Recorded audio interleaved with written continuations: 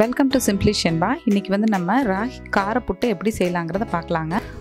First வந்து ஒரு cup அளவு ராகி மாவு எடுத்திருக்கேன். அதை வந்து நம்ம லைட்டாக வறுத்துக்கலாம்.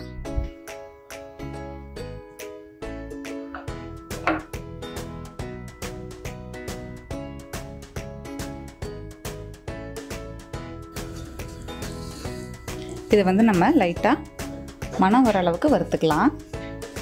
நம்ம வறுத்தது நல்லா மணம் வந்துருச்சுங்க. இனி வந்து நம்ம அடுப்பு ஆஃப் பண்ணிடலாம். அடுப்பு ஆஃப் பண்ணிட்டோம். இப்போ பார்த்தீங்கன்னா மாவு கூடயே பார்த்தீங்கன்னா நான் கொஞ்சம் உப்பு போடுறேன். நல்லா மிக்ஸ் பண்ணி விட்டுடலாம்.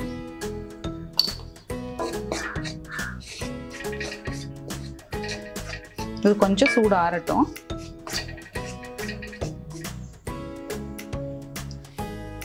மாவு வந்து கொஞ்சம் சூடு ஆறிடுச்சுங்க. லைட்டாக தான் சூடு இருக்குது. இப்போ வந்து அதனால் நான் பச்சை தண்ணி தான் ஊற்றி பிணைய போகிறேன். இதுவே நீங்கள் முதலே வறுத்து வச்சுருந்தீங்கன்னா சூடு இருக்காது இல்லையா, அப்போ வந்து கொஞ்சம் வார்ம் வாட்டர் எடுத்துக்கோங்க.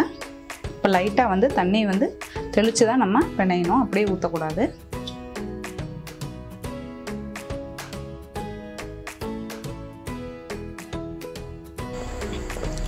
மாவில் ஃபுல்லாக ஈரப்பதம் இருக்கணும்.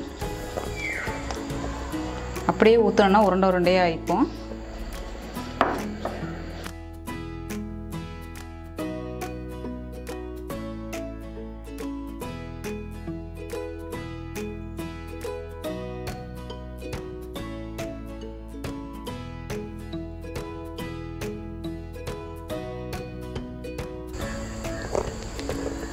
இப்போ நம்ம நல்லா பிணைஞ்சாச்சு. மாவு ஃபுல்லாக ஈரப்பதத்தோடு இருக்குது. இதை வந்து நம்ம இப்போ ஆவியில் வேக வச்சு எடுத்துக்கலாங்க.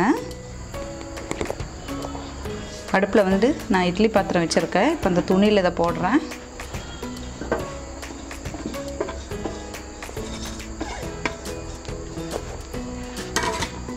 ஒரு 10 நிமிஷம் வெந்துடும். கரெக்டாக ஒரு 10 நிமிஷம் வச்சோன்னா போதும்.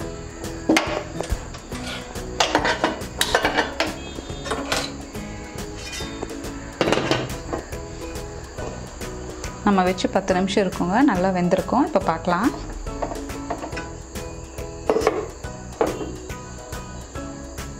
பாருங்கள், நல்லா வெந்துருச்சு. நமக்கு எடுத்து பார்க்கும்போதே இப்படி தெரியும். இதை வந்து நம்ம இப்போது வேற ஒரு தட்டுக்கு மாற்றிக்கலாம். நம்ம இப்போது வேக வச்சு எடுத்தாச்சு. இதை வந்து நம்ம இப்போ தாளிச்சிக்கலாம். அடுப்பில் ஒரு கடாய் வச்சுருக்கேன். இப்போ வந்து நம்ம எண்ணெய் ஊற்றிக்கலாம். நான் கடலை எண்ணெய் ஊற்றுறேன். இதுக்கெல்லாம் வந்து எண்ணெய் கொஞ்சம் ஜாஸ்தி ஆட் பண்ணிக்கோங்க. ஏன்னா சாப்பிடும்போது கொஞ்சம் வரன்னு இருக்கும் இல்லையா. எண்ணெய் சூடாகிடுச்சு. இப்போ வந்து நம்ம கடுகு ஆட் பண்ணிக்கலாம்.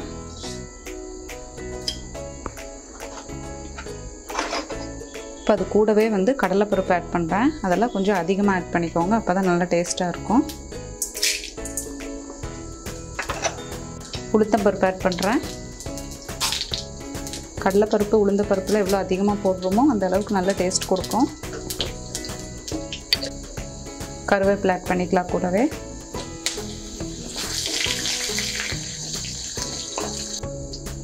பெரிய வெங்காயம் எடுத்திருக்கேன். நான் வந்து ஒரு 3 வெங்காயம் கட் பண்ணி வச்சுருக்கேன். வெங்காயம் அதிகமாக போட்டோம்னா நல்லாயிருக்கும். வேணும்னா இன்னும் கூட நீங்கள் கூட போட்டுக்கலாம்.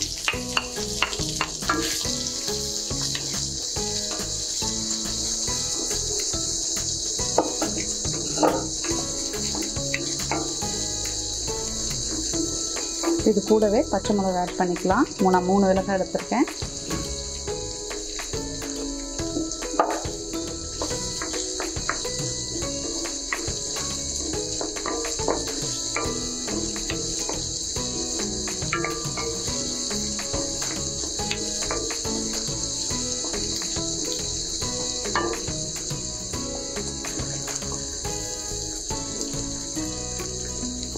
கொஞ்சம் உப்பு சேர்த்துக்கலாம். நம்ம மாவில் ஆல்ரெடி உப்பு ஆட் பண்ணியிருக்கோம். அதனால் பார்த்துட்டு அளவாக போட்டுக்கோங்க.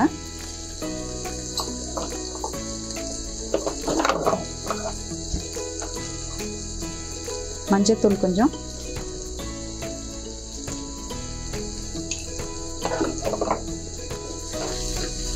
இப்போ வெங்காயம் நல்லா வணங்கட்டும்.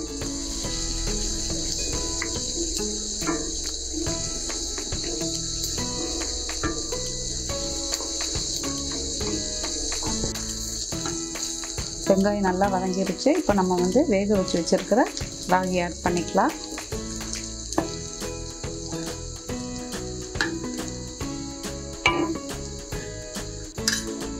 நல்லா கலந்து விட்டுடலாம்.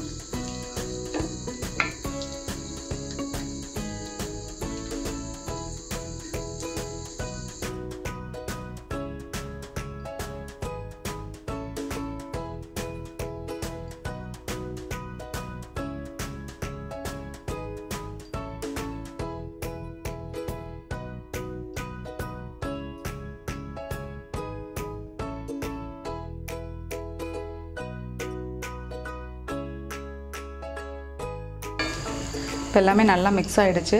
இப்போ வந்து மேலே வந்து நம்ம கொஞ்சம் தேங்காய் துருவல் போட்டுக்கலாம்.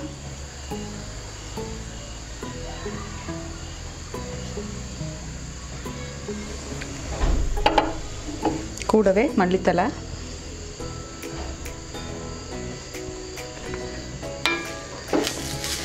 நல்லா கலந்து விட்டுடுங்க.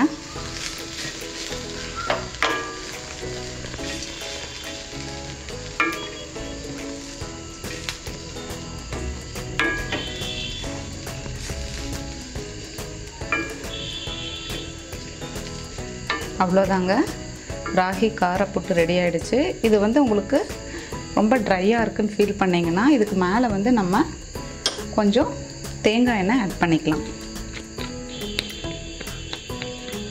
தேங்காய் எண்ணெய் ஊற்றும்போது அவ்வளோ ட்ரைனஸும் இருக்காது, நல்லா மணமாகவும் இருக்கும். நான் ஆல்ரெடி இனிப்பு புட்டு பண்ணியிருக்கேங்க, அதோட லிங்க் வந்து டிஸ்கிரிப்ஷன் பாக்ஸில் கொடுத்துருக்கேன். அவ்வளோதான், ராகி கார புட்டு ரெடி ஆகிடுச்சு. இந்த மாதிரி நீங்களும் ட்ரை பண்ணி பார்த்துட்டு கமெண்ட் பண்ணுங்கள். சிம்பிளி ஷென்பா சேனலை சப்ஸ்கிரைப் பண்ணாதவங்க சப்ஸ்கிரைப் பண்ணுங்கள். கூடவே பெல் பட்டனையும் ப்ரெஸ் பண்ணுங்கள். தேங்க்யூ.